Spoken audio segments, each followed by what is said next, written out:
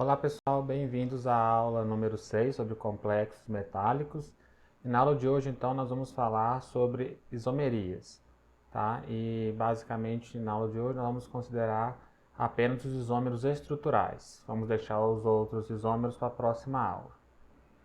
Então o que são isômeros? Isômeros são compostos químicos que têm a mesma fórmula química, mas diferem em suas propriedades físicas ou químicas, tá bom?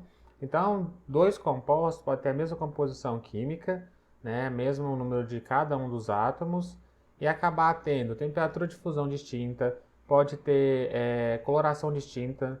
Nos complexos metálicos é bem comum que os compostos sejam coloridos, então os isômeros têm muitas vezes coloração bem distinta uma da outra. Condutividade iônica, que é a quantidade que nós temos de cátions e ânions livres, ou o tamanho dos íons interfere na condutividade. Reatividade, alguns compostos, como a gente viu na última aula sobre a teoria de Werner, alguns isômeros reagiam com a prata e outros não. Mas existem vários tipos de isômeros, né? Então nós temos um fluxograma para poder ajudar a identificar esses isômeros. Então eles são compostos feitos da mesma fórmula química, né? E aí nós temos que fazer uma pergunta: possuem conectividade diferente dos átomos? Se a resposta for sim, os átomos estão conectados a átomos diferentes, né? Então antes vamos falar que são isômeros estruturais, tá? E se não, a gente vai falar que são isômeros geométricos. No caso aqui dos compostos de coordenação, vamos falar da ligação metal-ligante. A ligação metal e os ligantes, ela é diferente? O tipo de átomo que está ligado ao metal é diferente? Se essa conectividade do metal com os ligantes for diferente, isômeros estruturais. Se não, só se muda a posição dos ligantes em torno do átomo central, mas ainda se eles se diferem, aí são isômeros geométricos. Entre os isômeros estruturais, nós temos isômeros de ligação, de ionização, de solvatação e de coordenação. Então, esses são os 4 tipos de isomeria que nós vamos ver hoje. A primeira isomeria que nós vamos falar é a isomeria de ligação. A isomeria de ligação acontece quando o ligante ele é o mesmo, né, mas ele se liga com átomos diferentes no metal. Isso acontece quando o ligante é um ligante ambidentado, que tem capacidade de se ligar por diferentes átomos. Nós já vimos um, que é o tiocianato, vimos também o dimetilsulfóxido, o nitrito, que é o caso aqui apresentado, né?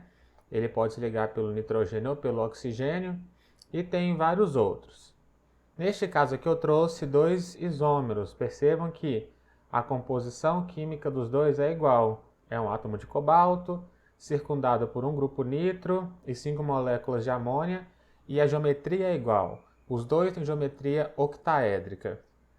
Só que quando o grupo nitro se liga pelo nitrogênio, ele gera um isômero que tem coloração amarela. Essa reação que eu quero exemplificar aqui para vocês agora, ela não acontece no estado sólido, ela acontece em solução, quando tem uma cinética maior ali das moléculas. Então, o composto de cobalto com grupo nitro, sob radiação ultravioleta, né, sob radiação próxima à ultravioleta, ele se converte. Dá energia para esse sistema, ocorre a mudança da ligação do grupo nitro. Depois, com o tempo, né, na abstinência de luz, ele volta para o composto original, tá? Então, aqui mostra sistemas que têm coloração diferente. Claro, vai ter outras propriedades diferentes também, mas essa daqui é a mais perceptível. Aqui também nós temos um composto de paládio, né? E o paládio ele está ligado com grupos tiocianato. De modo geral, o paládio ele tem tendência a ser um ligante, um ácido macio e se ligar a ligantes macios, como por exemplo aqui. Entretanto, esse aqui é um sistema que atua de modo alternando-se dependendo de qual que é o solvente que ele está solubilizado. Se você pega o composto que tem essa composição e dissolve ele em um solvente que tem baixa constante de elétrica, acaba que acontece uma conversão de um isômero para o outro, tá? Mas percebam, todos eles, sem exceção, eles têm a mesma composição química. O que muda é que tem um ligante que em um deles está ligado pelo nitrogênio, pelo um átomo, né? E em outro isômero está ligado por outro átomo. Alguns isômeros eles apresentam a geometria em torno do metal igual, né? No caso aqui desse complexo de rutênio, os dois são octaédricos, mas a geometria do ligante muda, como por exemplo o tiocianato. Quando o tiocianato está livre, ele tem ressonância e os três átomos têm hibridação do tipo sp, né? Quando ele se liga ao metal, esse processo de ressonância ele é travado, ok? E aí, como consequência, se ele se liga pelo enxofre, ele se liga com a carga negativa localizada no enxofre, né? Então aí ele acaba ficando um composto linear. Liga-se pelo enxofre e o composto fica de modo linear. Se ele se liga pelo nitrogênio, o nitrogênio ele acaba tendo esses dois pares de elétrons, a hibridação dele acaba ficando travada, uma hibridação tipo sp2, tá? E aí ele tem capacidade de se ligar aqui em um ângulo. Então os complexos, apesar da geometria em torno do metal ser igual, né? Núcleo de coordenação ser igual, os ligantes acabam tendo um ângulo ali. E esses ligantes, no caso do tiocianato principalmente, se ele funciona como ponte, no caso ligado pelo enxofre, que está linear, o composto em ponte, também vai ser ligado ali na mesma linha, né? Formada pela ligação dos átomos do tiocianato. Já se ele se liga primeiro pelo nitrogênio, o átomo de enxofre ele acaba ficando com hibridação tipo sp2 também, tá? E aí ele acaba tendo que se ligar em ângulo, seja assim, né, com posições opostas ou em posições adjacentes, tá bom? Então, o seu ligante abidentado e ter isomeria, né, pode favorecer o crescimento do composto ou gerar, inclusive, impedimento estérico ou não, dependendo de qual átomo está ligado nele. Os isômeros de ionização acontecem quando nós temos íons diferentes ligados ao metal. Então, no primeiro caso ali, nós temos cobalto, né, que tem a composição química sendo cobalto com bromo e nitrato como contraíons e 5 moléculas de amônia como ligantes. Então, a composição é essa, né? E aí eles podem se rearranjar de modos diferentes. A amônia, por ser um ligante neutro, nessa composição aqui, ela acaba estando ligada ao metal, e aí quem ocupa a última posição vai ser um ânion, que pode ser bromo ou nitrato, que foi um dos exemplos que a gente resolveu na última aula, nos exercícios resolvidos. Então este aqui seria um composto que apresentaria não positivo no teste com a prata, né, nitrato de prata, e esse aqui já seria um complexo que apresentaria sim a atividade, né, quando nós colocássemos nitrato de prata, porque o bromo está livre aqui e aqui ele está coordenado. A mesma coisa vai acontecer nesse complexo de níquel, né? Só que aqui eu troquei os compostos, né? Os ligantes aqui são moléculas de água. Então, toda vez que nós tivermos um sal, né? Que tenha, inclusive cátions também, alguns cátions podem acabar se coordenando como um grupo nitrosil, NO+, né? Ele pode funcionar como cátion ou pode funcionar como ligante. A mesma coisa vai acontecer aqui. Nós temos alguns ânions que funcionam como ligantes e alguns ânions que funcionam como contraíons. Então nós temos que analisar se tem capacidade de formar situações diferentes quando a gente troca esses íons de lugar, tá bom? A isomeria de solvatação, ela é similar à de ionização, só que aqui ela acontece quando nós temos o ligante, que é um solvente, né? Ele é líquido à temperatura ambiente, e aí ele pode estar na esfera de coordenação ou eles podem estar na estrutura cristalina do material. O que é isso? Quando o composto vai do estado aquoso ou, né, em solução para o estado sólido, ele vai se empacotar no sólido que ele está pretendendo formar, mas às vezes ficam orifícios ali que não conseguem ser preenchidos e o estado sólido tem que ser bem denso. Então, para completar espaços vazios, é muito comum que tenha moléculas de solvente do processo de solubilização, né, de cristalização, que vá para o estado sólido junto, para preencher espaços vazios.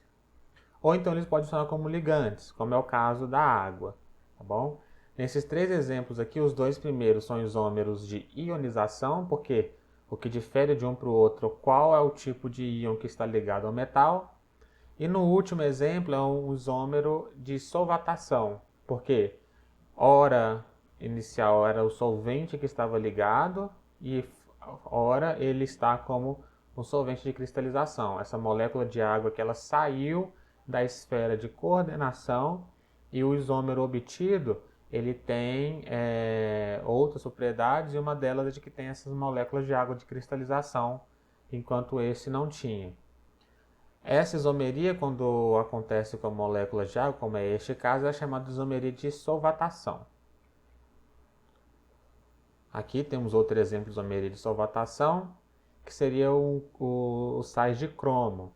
Então, cloreto de cromo, a gente compra ele na forma de cloreto de cromo hexaidratado, pontinho 6H2O. Isso significa que a composição química do que está sendo vendido para a gente é essa. É um cromo, para cada cromo tem 3 átomos de cloro e 6 moléculas de água. Só que aí nós podemos ter essas 6 moléculas de água de diferentes formas. A primeira delas é se tiver todo mundo coordenado ao cromo, né? Então é o cromo hexaidratado, tá? Dessa forma aqui é o hexaquacromo. Podemos ter outra forma que é um átomo de cromo, um átomo de cloro coordenado ao cromo em uma molécula de água de cristalização, tá? Ou podemos ter o caso de ter 2 átomos de cromo aqui em posições opostas, 180 graus, que é chamado de posições trans, né? E 2 moléculas de água de cristalização. Então percebam, eu fui trocando o solvente pouco a pouco aqui, tá? E aí, para manter a estrutura do cromo, eu fui completando com os ânions. Então, isso aqui, como envolve duas espécies e uma delas é o solvente, eu chamo de isomeria de solvatação. E só para vocês verem a diferença, o composto de cromo com 6 moléculas de água coordenadas é verde escuro.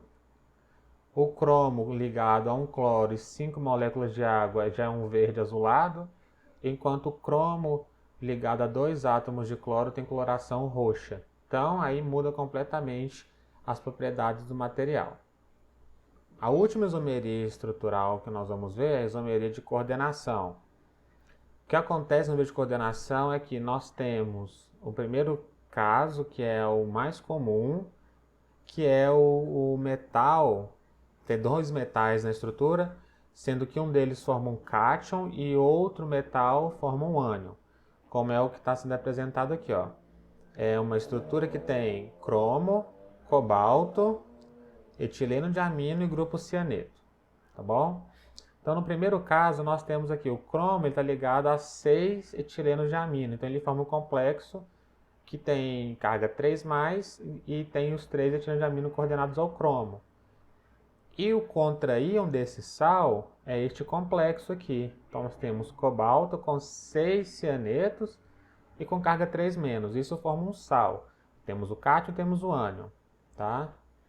O seu isômero de coordenação é quando eu troco os ligantes entre os metais. Então, agora, quem está ligado a etileno de amina é o cobalto.